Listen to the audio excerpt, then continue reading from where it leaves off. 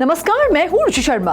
पिछले कुछ सालों में बड़ी तेज रफ्तार से दुनिया भर में क्रिप्टो का क्रेज बढ़ा है, लेकिन इस बढ़ती लोकप्रियता के साथ हैकर्स और स्कैमर्स ने क्रिप्टो को अपना सॉफ्ट टारगेट भी बना लिया है।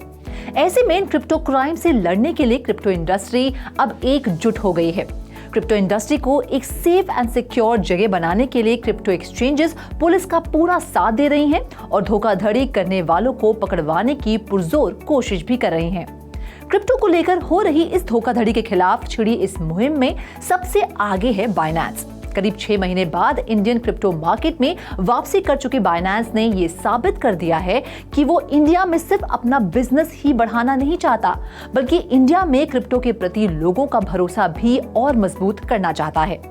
हाल ही में बाइनेंस ने दिल्ली में एक बड़े क्रिप्टो कांड को अंजाम दे रहे गिरोह को पकड़वाने में बड़ा योगदान दिया है। दरअसल दिल्ली में गोल्ड कोट सोलर नाम का एक गोरख धंधा चल रहा था, जिसमें धोखेबाज ये दावा कर रहे थे कि उनका प्रोजेक्ट रिन्यूएबल सोलर एनर्जी पर बेस्ड है और government of India ministry of power द्वारा अप्रूव्ड है और इसमें निवेश करके लोग बड़ा मुनाफा कमा सकते हैं। इस धोखाधड़ी को अंजाम देने के लिए वो खुद को हाई लेवल गवर्नमेंट ऑफिशियल्स बताकर फर्जी अर्निंग प्रूफ्स दिखाकर विक्टिम्स का भरोसा जीतते थे। क्योंकि इस केस के तार क्रिप्टो करेंसी पेमेंट से जुड़े थे, इसीलिए इसे सुलझाने के लिए दिल्ली पुलिस ने बाइनेंस से संपर्क किया और फिर पुलिस और बाइनेंस के बीच कई वर्चुअल मीटिंग्स हुई, जिसके दौरान इस केस को परत दर परत खोला गया।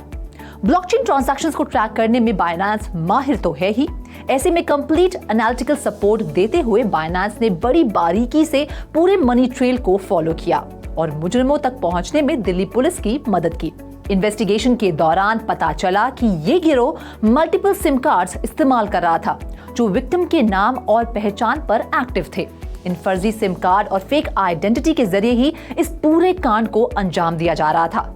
इसीलिए इन सिम कार्ड्स को देश में ही नहीं बल्कि विदेशों में भी बल्क में बांटा गया था। इन जालसाजों ने विक्टिम्स द्वारा अलग अलग बैंक अकाउंट्स में जमा की गई धनराशि को चुराया और फिर उसका एक बड़ा हिस्सा क्रिप्टो में कन्वर्ट कर दिया।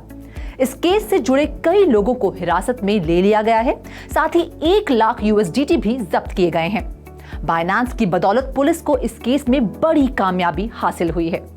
बाइनेंस ने हाल ही में इंडिया के फाइनेंशियल इंटेलिजेंस यूनिट के साथ रजिस्टर किया है, इंडियन मार्केट में वापसी की है। ऐसे में बाइनेंस ने जिस तरह इंडियन अथॉरिटीज के साथ मिलकर इस केस को सुलझाया है, ये साबित करता है कि बाइनेंस तमाम लोकल रेगुलेशंस का पालन करते हुए इंडिया में ट्रांसपेरेंट और कंप्लायंट मौजूदगी दर्ज करना चाहता है और क्रिप्टो की दुनिया के लिए ये एक बहुत अच्छी पहल है। इस खास स्टोरी में फिलहाल इतना ही। आप देखते रहिए 3 TV और ज्यादा जानकारी और स्टोरीज के लिए लॉग ऑन करें हमारी वेबसाइट www.3versity.io पर या फिर QR कोड को स्कैन करें।